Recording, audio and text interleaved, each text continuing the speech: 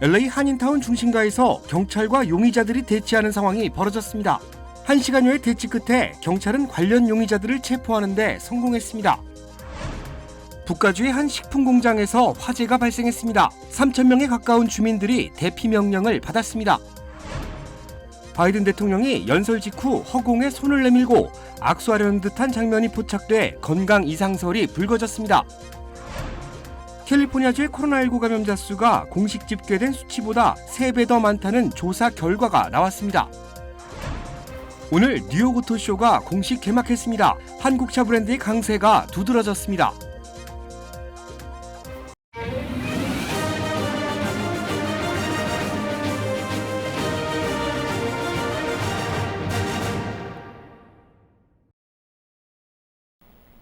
여러분 안녕하십니까? KBS 아메리카 뉴스입니다. 오늘은 LA 한인타운 중심가에서 경찰과 용의자들이 대치하는 상황이 벌어졌습니다. 경찰은 용의자들과 1시간여의 대치 끝에 관련 용의자들을 체포하는 데 성공했습니다.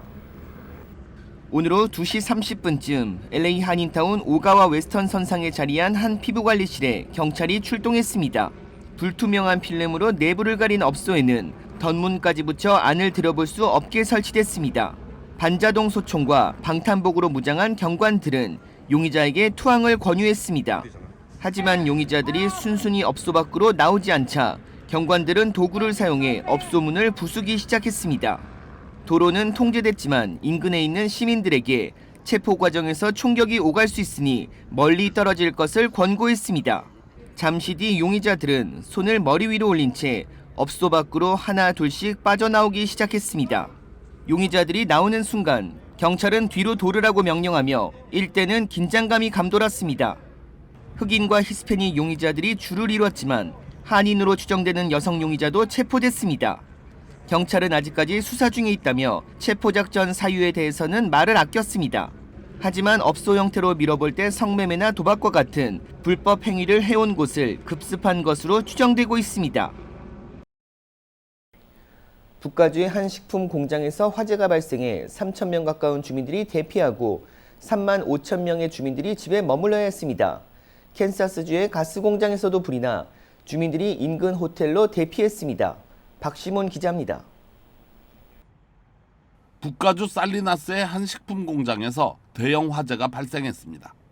이 불로 지역 당국은 2,700명의 주민들에게 대피 명령을 내렸고 3만 5천 명의 주민들에게 집에 머물 것을 명령했습니다. 화재가 일어난 공장은 테일러 팜스 포장 샐러드 공장으로 화재 당시 암모니아를 비롯한 독성 물질들이 지역 주민들에게 위협을 가할 것으로 보고 지역 정부가 대피령과 자택 격리를 명령했습니다. Again, we're lifting these orders. The air is being monitored constantly. We've opened Abbott Street. We are going to engage our firefighting resources on the building actively, and they won't be there if the air isn't good for them to breathe. 수요일 밤에 시작된 화재는 목요일까지 계속됐는데 소방 당국은 아직까지 위험 요소가 남아 있다고 전했습니다.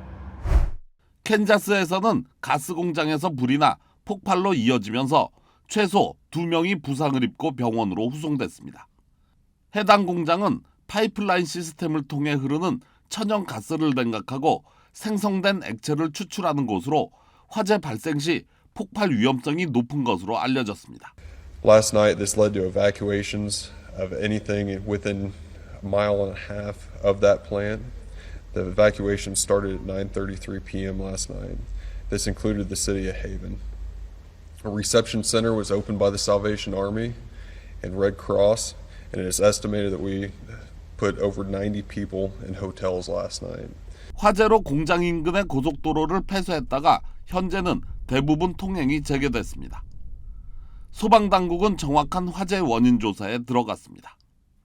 KBS 뉴스 박시몬입니다. 뉴욕 지하철 총기 난사 사건 이후 지하철역에는 600대의 카메라가 설치됐습니다. 그러나 불안감이 커지면서 지하철 이용객도 감소한 것으로 나타났습니다. 제2사 뉴욕 KBTV 김은지 기자입니다.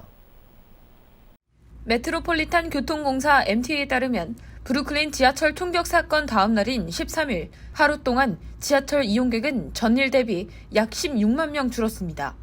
사건 당일 캐시 호컬 뉴욕 주지사와 키첸트 시웰 뉴욕시경 국장이 앞장서 지하철을 탑승하는 등 이용객 안심에 나섰으나 일부 전문가들은 이용객이 다시 회복되는 데는 시간이 다소 소요될 것으로 전망하고 있습니다.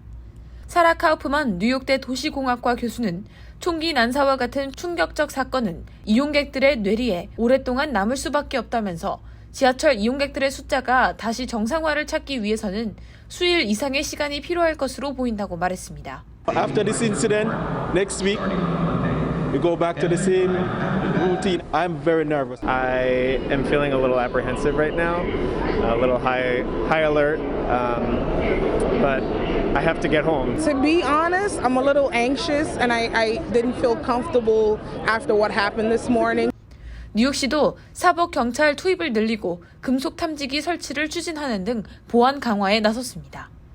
에릭 아담스 뉴욕시장은 지난 13일 이번 지하철 총격 사건으로 매일 전철을 이용하는 승객들의 걱정이 많으리라 생각된다면서 이에 현재 운용 중인 전철 내 치안 유지를 위한 사복경찰 투입 인원을 한시적으로 2배 늘릴 계획이라고 밝혔습니다.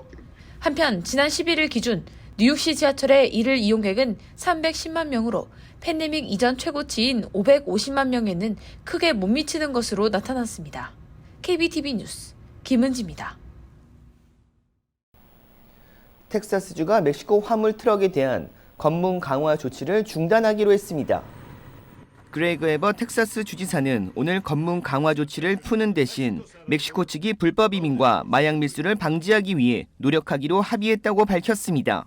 멕시코 트럭 기사들은 검문 강화에 반발해 지난 11일부터 국경 다리를 막고 시위를 벌여왔습니다. 이로 인해 물류 비용이 치솟아 식료품 등의 가격 상승 요인으로 작용했습니다. 바이든 대통령이 연설 직후 허공에 손을 내밀고 악수하려는 듯한 장면이 포착돼 건강 이상설이 불거졌습니다. 바이든 대통령은 어제 노스캐롤라이나 그린스보우의 한 대학을 방문해 경제정책 관련 연설을 했습니다. 바이든 대통령은 연설을 마친 직후 오른쪽으로 몸을 돌리며 갑자기 손을 내밀어 허공에 악수를 청했습니다. 잠시 머뭇거리던 바이든 대통령은 어리둥절한 듯 두리번거리다가 손을 거두고 뒤로 돌았습니다. 이후 약 10초 가까이 연단을 두리번거리며 서성이다가 비로소 연단 아래로 걸음을 옮겼습니다. 이 영상은 SNS에서 빠르게 확산되면서 건강 이상설이 다시 불거지고 있습니다. 바이든 대통령은 그동안 여러 차례 말실수를 해 건강 이상설이 제기된 바 있습니다. 2년 1개월, 한국은 사회적 거리 두기를 해오며 세 번째 봄을 맞이했습니다. 정부가 그동안 시행해왔던 사적 모임 인원과 영업시간 규제를 다음 주부터 전면 철폐합니다. 이현정 기자입니다. QR 체크인 도와드릴게요. 네. 새벽까지 불야성을 이뤘던 유흥가불이 서둘러 꺼지고 물이 지어 들어가던 식당가 모습도 찾아볼 수 없습니다. 2020년 3월 시작된 사회적 거리두기가 757일 만에 막을 내립니다. 다음 주 월요일인 18일부터 현행 영업시간 밤 12시 사적 모임 인원 10명 거리두기 규제가 없어집니다. 300명 미만으로 제한된 행사와 집회 인원 규제도 정원의 70%까지만 입장 가능한 종교시설 인원 제한도 없어집니다. 한 달째 감소세가 뚜렷하고 우려했던 위중증 환자와 사망자 숫자가 감소세로 접어들었습니다. 사회적 거리두기를 이 조치를 과감하게 해제하고자 합니다. 예방접종을 완료한 해외 입국자는 격리 의무가 사라집니다. 다만 일상 회복으로 인한 고위험군 피해 증가를 막기 위해 요양시설의 대면 면회나 외출 등의 금지 조치는 그대로 유지됩니다. 정부는 국민의 협조와 의료진들 헌신에 감사하다면서도 피해에 대한 사과의 뜻도 전했습니다. 그동안 많은 분들께서 확진이 되셨고 오늘자 보니까 1,610만 명이 확진이 되셨습니다. 그리고 2만 명이 넘는 분들께서 또 사망을 또 하셨습니다. 여러 가지로 정부 입장에서도 최선을 다했지만 그런 부분에 대해서는 정말 죄송하다는 말씀을 드립니다. 방역당국은 특별한 상황이 아니라면 현재의 확진자 감소 추세는 안정적으로 유지될 것으로 예상하면서도 상황에 따라 거리두기를 비롯한 방역 수칙을 다시 도입할 수 있다는 여지를 남겼습니다. KBS 뉴스 이현정입니다. 캘리포니아주의 코로나 감염자 수가 공식 집계된 것보다 3배나 더 많다는 연구 조사 결과가 나왔습니다. 어린이는 5배나 많은 것으로 나타났습니다. 윤범수 기자가 보도합니다. 캘리포니아주 보건국과 스탠포드 대학 등이 공동으로 운영하고 있는 캘스코프가 지난해 2분기 캘리포니아주 7개 카운티 주민 20만 명을 대상으로 항체 형성 여부를 조사한 결과 성인의 경우 공식 집계된 확진자보다 평균 3배가량 더 많은 감염자가 나왔습니다. 이는 코로나에 감염된 적이 없다고 답한 사람들 가운데 실제로는 감염돼서 항체가 형성된 사례가 그만큼 많았다는 것을 의미합니다. 지역별로 알라미다 카운티가 평균 3.7배로 가장 많았고 LA 카운티는 2.5배를 기록했습니다. 특히 어린이의 경우는 공식 집계 대비 숨어있는 감염자가 5배나 더 많은 것으로 조사됐습니다. Case counts don't account for the many individuals who don't get tested because they have mild symptoms or they're asymptomatic. Furthermore, for much of the pandemic, access to testing, as we all know, was limited. 지난해 말부터 시작된 오미크론 변이 확산은 또 다른 변수입니다. 전파력이 강하고 치명력은 약화되는 변이 특성상 공식 집계에서 안정적인 수치를 보이고 있는 지금 상황은 훨씬 더 숨어있는 감염자가 많을 것이란 분석입니다.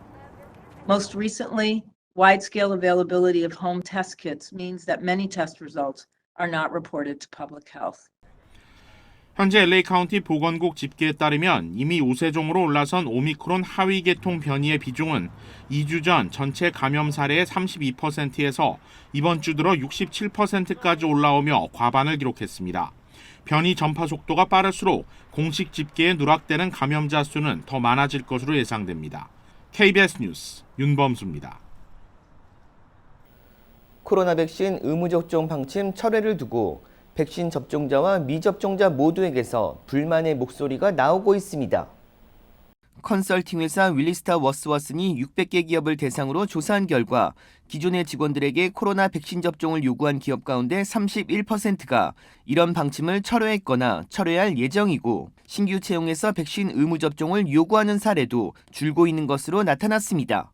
이에 대해 백신 접종자들은 미접종자의 채용이 직장 내 코로나 확산으로 이어질 수 있고 불안을 느낀 접종 근로자들이 직장을 떠날 수 있다며 반발하고 있습니다. 미접종자들도 불만을 나타내고 있습니다.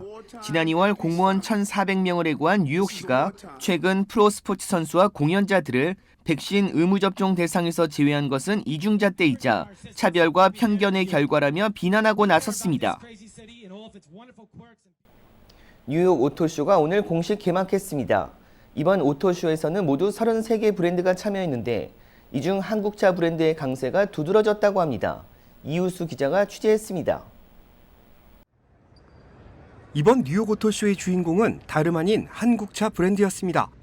현대는 전기차 아이오닉5 모델로 전체 1위인 2022 올해의 자동차상을 수상한 데 이어 올해의 전기차와 올해의 자동차 디자인상까지 휩쓸며 세계 부문을 석권했습니다. 전기차 개발에는 후발주자에 속하지만 신차 공개 1년 만에 정상의 자리에 오른 겁니다. 현대차는 클래식한 감성을 현대적으로 재해석한 것이 글로벌 시장에서 통했다고 밝혔습니다. 포니의 어떤 정신을 계승하고 그 정신을 재해석하고 현대적인 차로 만들었다는 게 아이오닉5의 굉장히 중요한 포인트고요. 뉴욕 오토쇼에서 최초 공개된 현대 뉴 팰리세이드는 소비자들의 니즈를 반영해 상품성을 개선한 것이 특징입니다. Our product team has been talking with our customers to find out how to make Palisade even better. 기아는 미국 시장 전용 모델인 텔룰라이드의 상품성 개선 모델을 최초 공개했습니다. 기존 모델보다 더 강인하고 날렵한 디자인을 적용했고 실내를 첨단 장비로 채웠습니다. The Telluride, since it went on sale in February of 2019, has been completely sold out.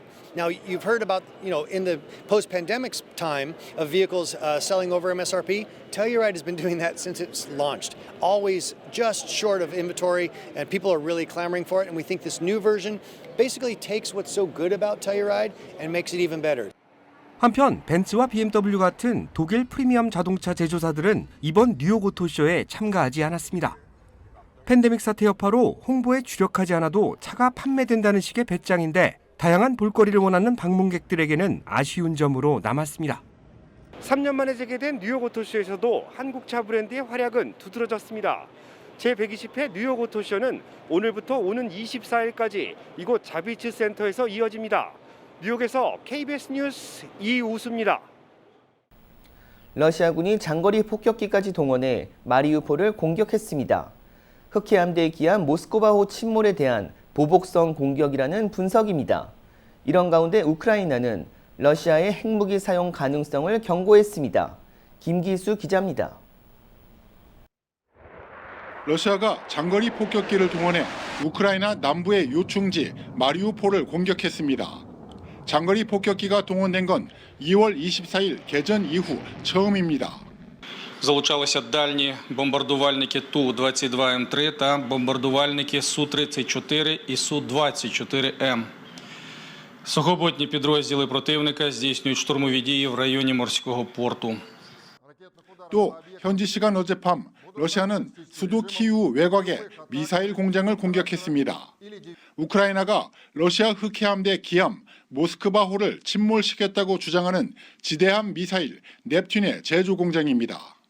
Сегодня ночью высокоточными ракетами большой дальности морского базирования «Калибр» нанесен удар по военному объекту на окраине Киева. 서방 정보당국은 실제 우크라이나군의 공격으로 모스크바함이 격침됐고 러시아군이 보복에 나선 것으로 보고 있습니다. 이와 관련 젤렌스키 우크라이나 대통령은 러시아가 핵무기를 사용할 수 있다며 전 세계가 우려해야 한다고 경고했습니다. 흑해 함대 기함이 격침되며 자존심이 구겨진 러시아가 궁지에 몰릴 경우 극단적 선택을 할 가능성이 있다는 겁니다. 미국도 그동안 러시아가 군사적 좌절을 겪을 경우 최후의 수단으로 핵무기를 사용할 수 있다고 경고해 왔습니다. 한편 우크라이나 경찰은 러시아군에 점령됐던 키이우 일대에서 909 이상의 민간인 시신이 발견됐다고 밝혔습니다.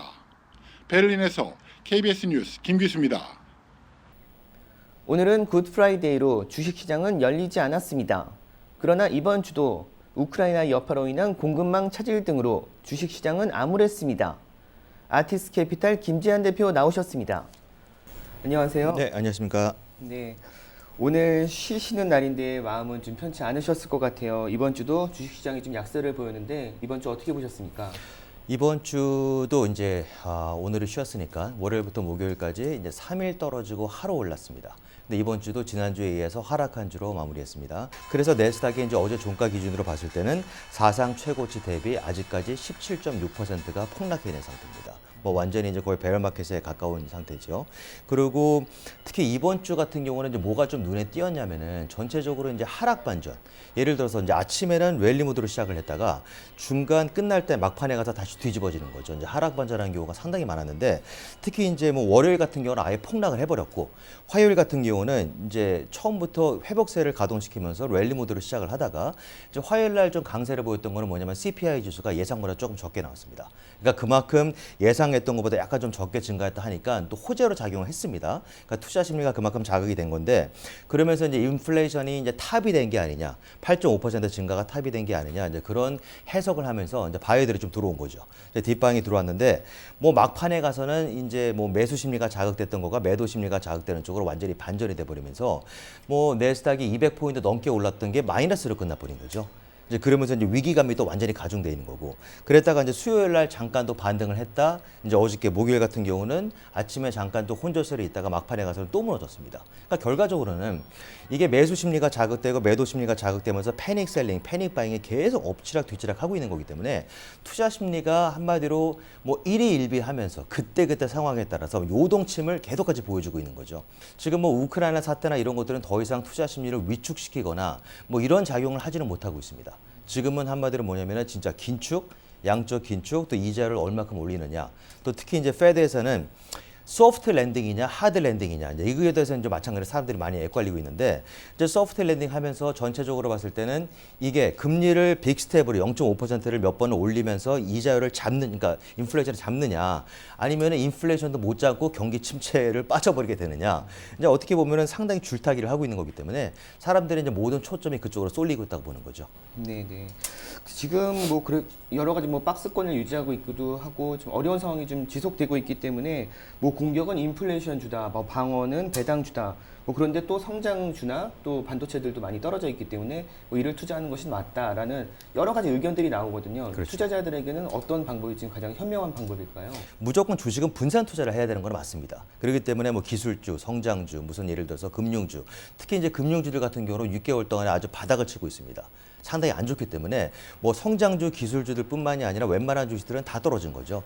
이제 그런 상태에서 일단 분산 투자를 하는 건 맞지만 또 그만큼 뭐 이럴 때는 금융주가 낫고 이럴 때는 성장주가 낫고 기술주가 낫고 이런 것보다도 전체적인 폴폴리오 안에 이것저것 다 골고루 갖고 있는 거가 가장 중요하다고 볼 수 있는 거죠. 네, 기업들의 지금 실적 발표들도 나오고 있거든요. 다음 주에 또 주목해야 할 점이 있다면 좀 어떤 부분을 주목해야 될까요? 다음 주 이제 발표되는 경제 지표들 이제 조금 이제 중요한 것들, 투자 심리를 이제 좌지우지할 수 있는 것들을 봤을 때는 일단 주택 착공, 빌딩 퍼밋 이런 것들이 나오고 기존 주택 판매 그리고 또 연준의 베이지북이 나옵니다. 그리고 신규 실업 수단 청구 건수가 나오는데 아마 다음 주도 이제 그날 분위기에 따라서 투자 심리가 사자와 팔자 사이에서 끊임없이 갈등을 할 겁니다. 또 그렇게 되면 이제 5월 3일 날에 금리가 뭐 0.5를 올리느냐, 뭐 0.25가 되느냐, 이제 어떻게 보면 0.5를 올리는 거가 기정사실로 돼 있는 거지만 그것도 또 막상 뚜껑을 열어봐야지 하는 거죠. 네, 오늘 말씀 감사합니다. 네, 고맙습니다. 감사합니다.